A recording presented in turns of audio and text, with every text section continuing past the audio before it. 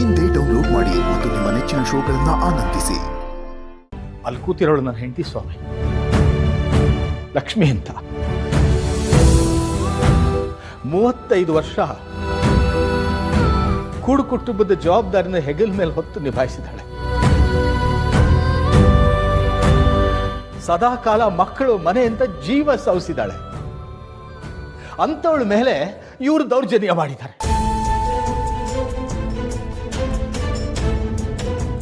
ಅಂಥವಳ ಮೇಲೆ ದಬ್ಬಾಳಿಕೆ ಮಾಡುವಂತ ಹಕ್ಕು ಏನಿದೆ ಸ್ವಾಮಿ ಇವ್ರಿಗೆ? ನೀವೇನಾದ್ರೂ ಹೇಳೋದಿದ್ರೆ ಬಂದು ಹೇಳಿ. ಹೆದರ್ಕೋಬೇಡಪ್ಪ. ಎಲ್ಲ ತಂದೆ ತಾಯಂದಿರು ತಮ್ಮ ಮಕ್ಕಳನ್ನ ರಾಜನ್ ಥರ ನೋಡ್ಕೊಳ್ತಾರೆ. ನಮ್ಮ ಮಕ್ಕಳನ್ನ ನಾವು ರಾಜ ಥರ ಸಾಕಾಗದೇ ಇದ್ರು ನಮ್ಮ ಯಜಮಾನ್ರು ಅವ್ರ ಶಕ್ತಿ ಮೀರಿ ದುಡ್ದು ಸಾಕಿದ್ದಾರೆ.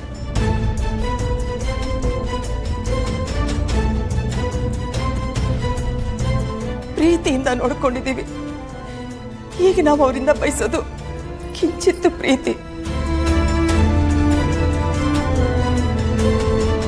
ನಮ್ಮ ಇಡೀ ವಯಸ್ಸಲ್ಲಿ ಒಂದು ಆಸರೆ, ಅದನ್ನ ನಮ್ಮ ಮಕ್ಕಳು ಕೊಡ್ತಾ ಇಲ್ಲ ಸ್ವಾಮಿ. ಇಷ್ಟೇ ಹೇಳಕ್ ಬಯಸೋದು.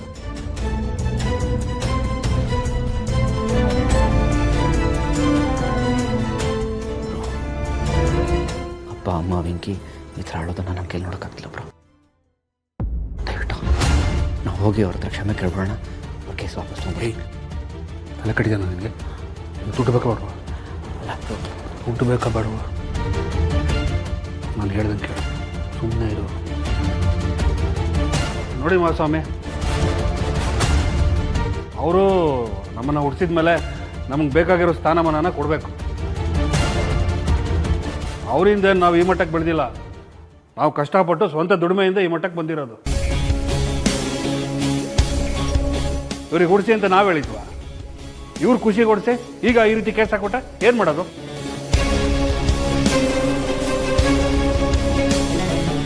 ಏನ್ರಿ ಮಾತಾಡ್ತಾ ಇದ್ದೀರಾ ನೀವು? ನಿಮಗೆ ಅವ್ರ ಜನ್ಮ ಕೊಟ್ಟಿದ್ದಕ್ಕೆ ನೀವು ಅವ್ರಿಗೆ ಋಣಿ ಆಗಿರಬೇಕು. ಅದಕ್ಕೇನೆ ಪಿತೃ ಋಣ ಮಾತೃ ಋಣ ಅಂತ ಇರೋದು. ಭಗವಂತನ ಪ್ರೇರಣೆ ಇದ್ರೇನೆ ಮನುಷ್ಯನಾಗಿ ಭೂಮಿ ಮೇಲೆ ಹುಟ್ಟಬಹುದು, ಇಲ್ಲದೆ ಸಾಧ್ಯ ಇಲ್ಲ. ಅಲ್ರಿ, ನೀವು ಮಕ್ಕಳಾಗಿ ನಿಮ್ಮನ್ನು ಅಷ್ಟು ಚೆನ್ನಾಗಿ ನೋಡ್ಕೊಂಡಿದ್ದಾರೆ, ನೀವು ಅವ್ರನ್ನ ಚೆನ್ನಾಗಿ ನೋಡ್ಕೊಳಕ್ಕಾಗಲ್ವಾ ನಿಮಗೆ?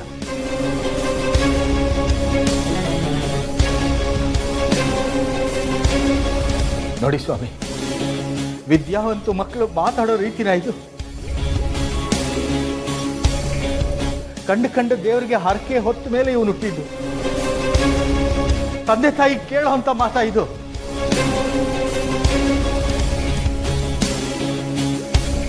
ಆಗ್ಲಿ ಸ್ವಾಮಿ, ಅವನು ವಾದಕ್ಕೆ ಬರ್ತೀನಿ. ನಮ್ಮಿಂದ ತಾನೇ ಅವನು ಹುಟ್ಟಿರೋದು. ಅಂದ್ರೆ ನಾನು ಕೊಟ್ಟಿರೋ ಜೀವ. ಹಾಗಾದ್ರೆ ಆ ಜೀವನ ವಾಪಸ್ ಕೊಡಿಸಿ ಸ್ವಾಮಿ.